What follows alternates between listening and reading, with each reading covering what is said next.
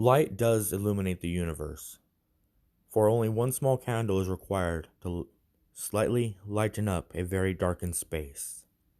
And with even the slightest bit of illumination, one can begin to see. However, some of us burn with lights that are not healthy, are not safe, are not trained, and are not aware of the true nature of the situation that exists around us.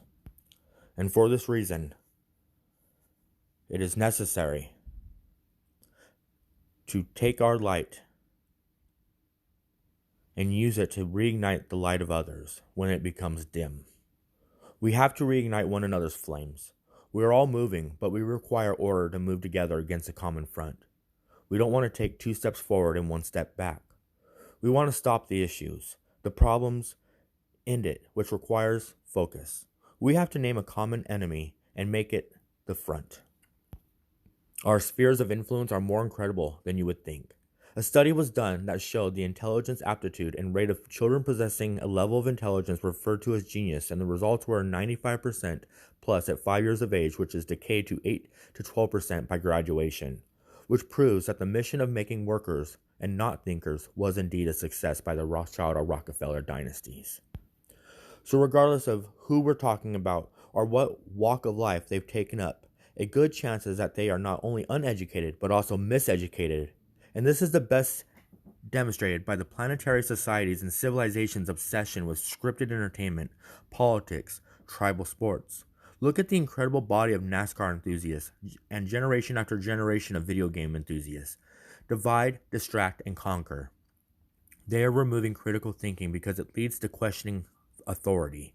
System sciences and pantheogenesis are further developments on the critical thinking programs we are all conditioned to avoid, because it would permit the understanding of how we are being manipulated with fear-based control using propaganda to terrorize humans into submission to corrupted and self-hating, death cult-worshipping mental health candidates who believe collectively that fear works. Saber-rattling is what it mostly leads up to. Simply put, new kingdoms are to be established. Better said would be old kingdoms are to be re-established. Each empire shall reign over its populaces until the next planetary reset takes place, if it takes place, or we don't make an intentional mistake to reduce population further to a more manageable and thus controllable number. At this point, here it's important to consider what our future holds. A new king's dome, under rule of one sovereign. Oh, how they love to mimic authority. AI will be hand in hand the new godhead. Humans by law will be given a choice to either live forever on paradise or have a new generation to replace you, made in house, and then you die or pay quantitative social credit units to extend your life or the lives of your children. The poor will be digitally enslaved because it's a model that has been used before and worked. Then, so it's working now. It isn't that we won't be allowed to exist, it's that they are going to control every aspect of your life, but without you knowing, and you will never be happier, but at the great expense of millions of lives. Prime example, another governor just ordered all electric state vehicles. Cobalt mines, child labor at Apple has to work hard to avoid child and slave labor. Suicide nets on roofs in China, Apple plants. We wear precious rocks and metals on our bodies that we buy in stores. We don't make much of anything anymore. We are not connected. We are weakened by our division. We await a savior.